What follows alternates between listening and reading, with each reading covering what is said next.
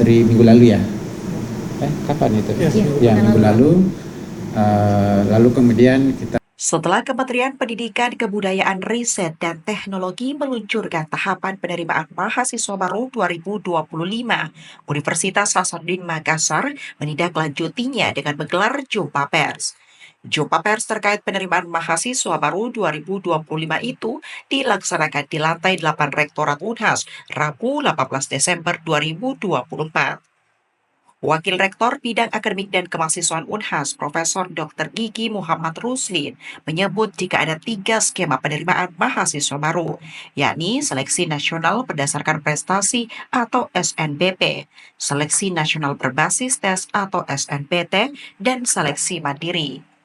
Berdasarkan regulasi itu, pemerintah memberikan batas kuota pada masing-masing jalur seleksi, di mana SNBP minimum 20%, seleksi SNBT minimum 30%, dan seleksi mandiri maksimum 50%. Meskipun seleksi mandiri menempati persentase peluang yang tinggi, dijelaskan Profesor Ruslin, Unhas akan tetap memfokuskan pada seleksi SNBP dan SNBT. Dekan Fakultas Kedokteran Gigi periode 2019-2022 ini juga banyak menjelaskan perbedaan ketiga jalur seleksi tersebut hingga cara registrasi akun SNPMB. Kalau kita lihat ini regulasi yang ada dari kementerian untuk seleksi nasional penerimaan mahasiswa baru itu untuk SNBP itu minimum 20%.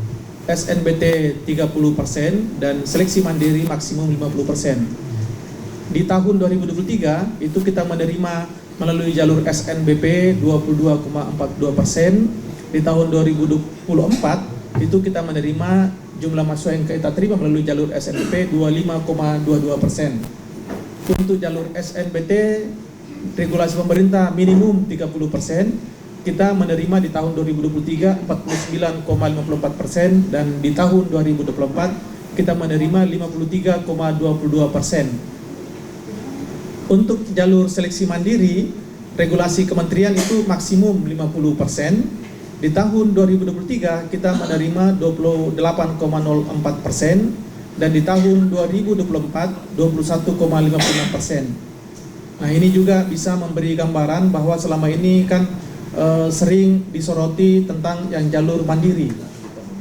Justru kita tidak terlalu besar walaupun pemerintah memberi kesempatan maksimum 50%, tapi Unhas itu di tahun 2024 hanya menggunakan kuota 21,56%. Kita lebih memprioritaskan di seleksi nasional berdasarkan tes dan di seleksi nasional berdasarkan prestasi.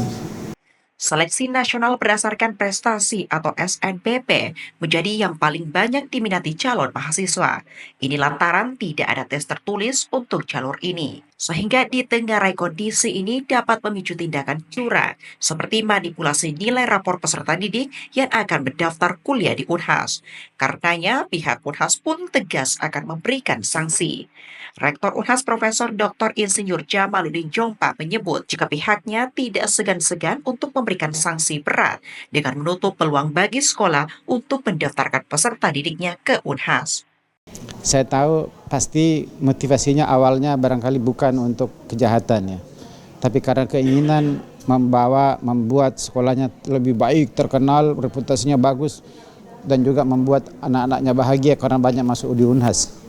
Motivasi ini tentu tidak boleh menghalalkan segala cara, karena ini tidak bisa kita benarkan. Nah, saya yakin kalau Bapak Ibu semua dengar ini, saya ingin memperingatkan sekali lagi bahwa tidak ada kejahatan yang sempurna. Sehingga perubahan nilai, hal-hal yang tidak fair, memaksakan nilai yang tinggi padahal tidak sesuai dan sebagainya, pada waktunya nanti dan pasti kita akan temukan lebih cepat. Dan itu tidak ada ampun, tidak ada maaf, mohon maaf. Bagi yang telah terbukti bersalah, maka berakhir sudah harapan anak-anak kita ini yang mungkin saya tidak berdosa, kemudian untuk melanjutkan kuliah bukan hanya di Unhas loh, tapi di seluruh Indonesia. Rektor Unhas yang akrab disapa Prof. Cece ini pun berharap kepada para guru agar bisa menjadi contoh positif dalam setiap tindakan yang adil dan transparan kepada peserta didiknya. Dalam jumpa pers ini juga dibeberkan jika Unhas akan memberikan jatah khusus bagi sekolah-sekolah yang berada di luar Provinsi Sulawesi Selatan. Ini karena melihat tingginya minat untuk melanjutkan pendidikan di Unhas. Zulkarnain, Muhammad Syafrizal, Unhas TV.